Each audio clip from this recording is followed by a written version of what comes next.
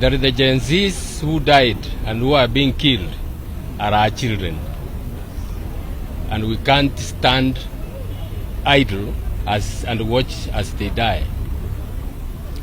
Number two, I have one short message to President Ruto.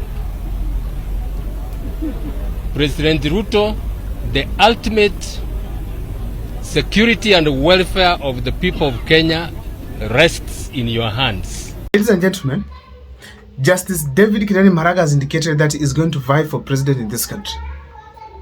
And this is a big threat to most of the politicians that we have in the country as we speak today. If you see the people this gentleman is attracting, if you see the people that are around him, you can tell that Justice David Maraga is becoming a threat in each and every day. Now, when you listen to him speak, you can tell that this is a man who understands what he's saying and who is serious with what he's actually trying to insinuate. Therefore, he's a big threat.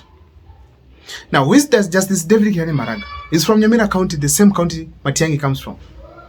He is also the former Chief Justice of the Republic of Kenya. And now, obviously, 2027 presidential candidate, unless something happens in between. He has indicated in not once but several times, but is yet to launch a party, is yet to launch the official campaign team, is yet to do anything, but is seen making some moves. He's seen making some moves which are politically significant. Now, on this particular video, I want to take you through on why I think strongly that Justice David Maraga is going to be a threat to both William Ruto and even the opposition team. But before I take you through, kindly if this is the first time you're watching my videos at Mukwa Times, take a second or two to subscribe, like, and comment, because that is the best support you can always give this channel. Ladies and gentlemen, my number is always here. For those who want to engage me, feel free to do so. Let me dive into the topic today. Why do I say that Justice David Maraga is going to be a threat to the political, maybe let me call them the presidential candidates of this country? Number one is the aspect of integrity. Right now in William Ruto's regime, corruption, extrajudicial killings, abductions, and many other bad things that have happened are against the rule of law. And Justice David Maraga, according to the records, with what we know, he has never disobeyed or gone against the constitution at any point.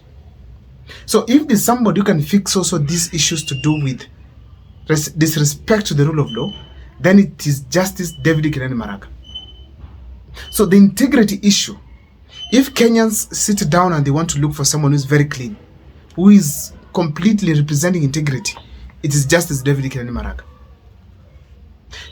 That is why we are saying he's a big threat to most of these leaders. If he puts himself well, he gets funds to be able to across the country conduct campaigns, be able to reach every part of the country and at least have a proper structure, then he's going to do well. Number two, the youth's attraction. This gentleman is attracting youths to his side. If there's somebody who fits the conditions that were laid down by the Gen Zs last year, 2024 June, then it is Justice David Maraga. Those conditions that they laid down, someone who has never served in the cabinet before, someone who is corrupt-free, someone who has never been implicated in any case, someone who has been respecting the rule of law, someone who has never done wrong things for this country, he fits in that position. He has never accused of anything. He has never been accused of anything.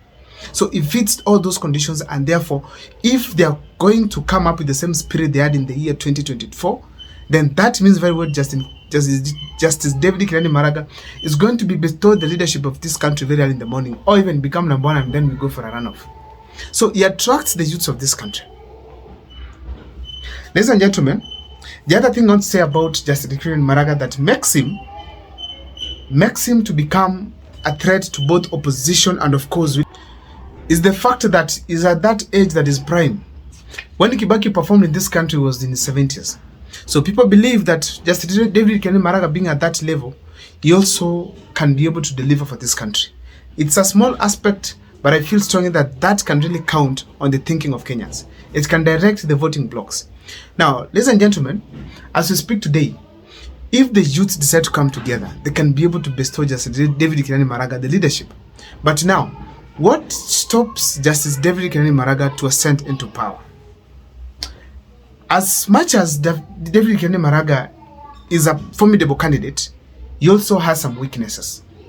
Number one, is not politically strong when it comes to both being an orator, or maybe the energy to move around the country, probably because of his age.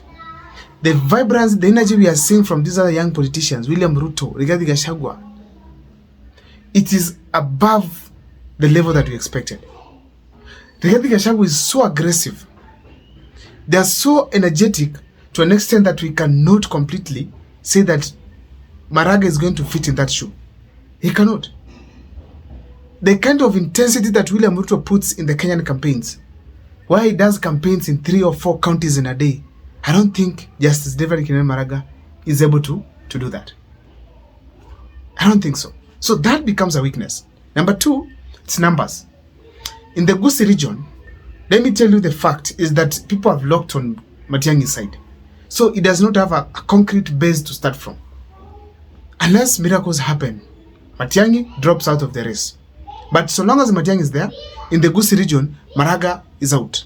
He'll get votes, I say yes, but Maraga cannot beat Matiang'i in the Gusii region. Matiang'i will win very early in the morning, for the reasons that I've given in other videos. So therefore, lacking that base reduces the ability for him to win. Number 1, assuming that Kenyans vote tribally. Number 2, also in numbers, it's important that in 2027 is going to be a game of numbers. Already William Ruto and Raila Amolo Odinga have started structuring tribal kingpins who are going to drive the narrative of tribalism in 2027 indirectly.